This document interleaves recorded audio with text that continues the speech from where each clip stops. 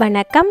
தெரிஞ்சுக்கலாம் வாங்க. சேனலில் பட்டாணி புலாவ் செய்ய போகிறோங்க. ரொம்ப டேஸ்ட்டாக சிம்பிளாக எப்படி ஈஸியாக செய்யலான்றதை பார்க்கலாம். நீங்கள் சப்ஸ்கிரைப் பண்ணாமல் பார்க்குறவங்களா இருந்தீங்கன்னா சப்ஸ்கிரைப் பண்ணிவிட்டு பாருங்கள். ஆல் பட்டனும் ப்ரெஸ் பண்ணுங்கள்.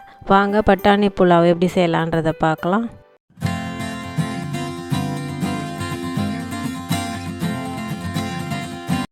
முதல்ல ஒரு பேன் எடுத்துக்கலாங்க. பேனில் 3 டேபிள் ஸ்பூன் நெய் போட்டுக்கலாம். 3 டேபிள் ஸ்பூன் ஆயில் போட்டுக்கலாங்க. ஆயில் சூடானதும் ஒரு பிரிஞ்சி இலை, 2 பட்டை, 1 ஸ்டார் பூ, 2 ஏலக்காய் போட்டு நம்ம வறுத்துக்கலாங்க. ஒரு பெரிய சைஸ் வெங்காயம் பெருசாக கட் பண்ணி இந்த மாதிரி சேர்த்துக்கலாங்க. 3 பச்சை மிளகாவை நான் சேர்த்துருக்கேன். இது ரொம்ப காரமான பச்சை மிளகா, அதனால் 3 போட்டிருக்கேன். நீங்கள் தேவையான அளவு போட்டுக்கோங்க. 1 ஸ்பூன் அளவு இஞ்சி பேஸ்ட்டு சேர்த்துருக்கேன். எல்லாம் சேர்த்து நல்லா கலந்து விட்டு வறுத்துக்கலாம். ஃப்ரெஷ் பட்டாணி எடுத்துருக்கேங்க. 3/4 கப் அளவு எடுத்துருக்கேன். அதையும் இதில் சேர்த்து நல்லா கலந்து விட்டுடலாங்க.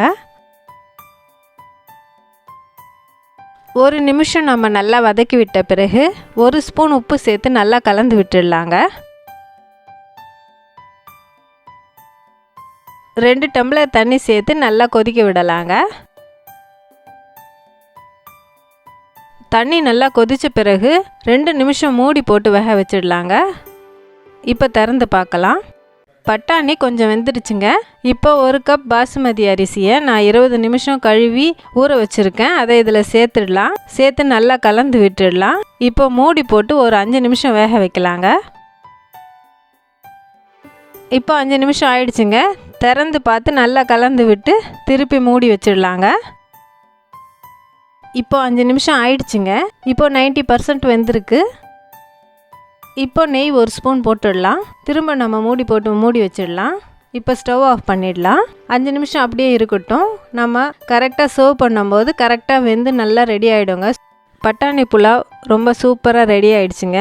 இப்போது பட்டாணி ரொம்ப சீசனில் கிடைக்கும். நம்ம ஈஸியாக இதை அடிக்கடி செய்யலாம். ரொம்ப சிம்பிள் இன்க்ரீடியன்ஸ் உள்ள சூப்பரான ரெசிபி இது. ரொம்ப காரம் இருக்காது. அதனால் நம்ம சைட் டிஷ்ஷாக நம்ம காரமாக எதனா நம்ம வச்சு சாப்பிடவும் நல்லாயிருக்கும். இல்லை சிம்பிளாக ரைத்தாவோடு சாப்பிடவும் நல்லாயிருக்கும். இதை நீங்கள் ட்ரை பண்ணி பாருங்கள். நிச்சயமாக உங்களுக்கு பிடிக்கும். பிடிச்சிருந்தால் லைக் பண்ணுங்கள், ஷேர் பண்ணுங்கள். சப்ஸ்கிரைப் பண்ணலன்னா சப்ஸ்கிரைப் பண்ணுங்கள். ஆல் பட்டனை ப்ரெஸ் பண்ணுங்கள். வேறொரு ரெசிபியோட மறுபடியும் உங்களை நான் சந்திக்கிறேன். தேங்க்யூ.